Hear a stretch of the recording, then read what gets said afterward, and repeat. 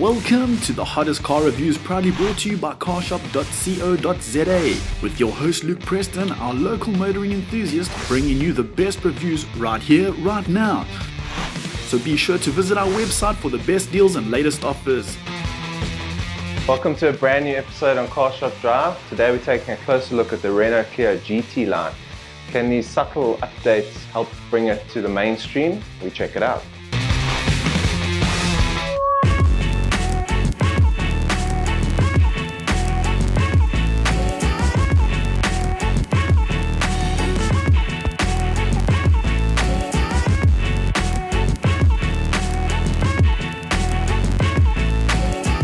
The big question you've got to ask yourself if you're pondering the purchase of a new Renault Clio is whether you should buy it or if you should buy a Volkswagen Polo.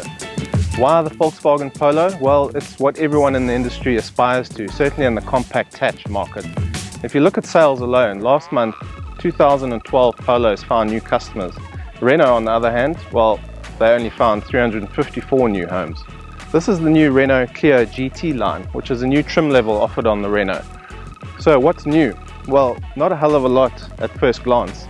This new paintwork, which is called Malta Blue, is bespoke to this trim level. If you take a look up front, you'll see a brand new front bumper, which is a bit reminiscent of the Renault Sport Clio. You'll also notice a new home for the LED daytime running lights, which are usually flanking the diamond on the grille. In profile, you also get unique 17-inch alloys and chrome looks around for the side mirrors. This bumper strip is also a chrome look, and if you take a closer look around the back, you also get a chrome strip here to complement the side mirrors and the flattened chrome exhaust tip. Very aftermarket. On the outside, it may look like this Renault Clio GT line has been breathed on by the Renault Sport department, but it hasn't really, apart from this Renault Sport plaque on the sill. On the inside though, this is not a bad thing, as this is based on the standard Renault Clio, which is quite honestly a really nice place to sit in. There's lots of piano black finishes that you'll notice and chrome surrounds, which gives it a very upmarket feel. The Clio follows the trend these days of engine downsizing. After all, this is only 3 cylinders and 900 cc's, which is minute. The trend nowadays is towards engine downsizing, and the Clio follows a similar path. It is only 3 cylinders and 900 cc's. Of course, it has the addition of a turbo.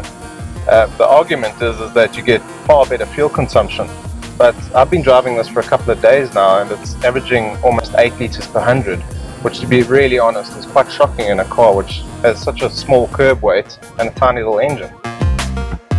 The Clio is a well-sorted little car.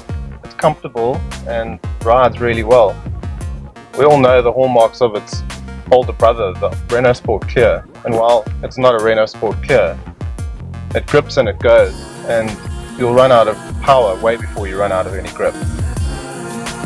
In this application, the little turbo triple gets an overboost function, which gives it an extra 4 kilowatts and 15 newton meters and full acceleration in second and third gear.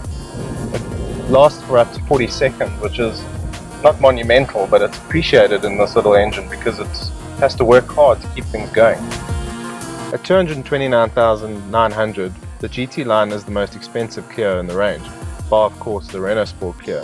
It's also about 6,000 Rand more than the Volkswagen Polo 1.2 TSI Comfort line. They both come with 3-year 45,000 kilometer service plans, but the Clio does actually come with a 5-year 150,000 kilometer warranty. Clio comes standard with a 5-year 150,000 kilometer warranty, as opposed to the Polo's 3-year 120,000 kilometers. They both, however, come with a 3-year 45,000 kilometer service plan.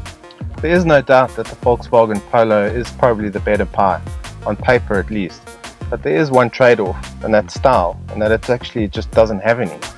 The Clio, on the other hand, well, it's got wallops of French flair, it's got good dynamics, and it's only just marginally more expensive, and in that regard it really does deserve your money.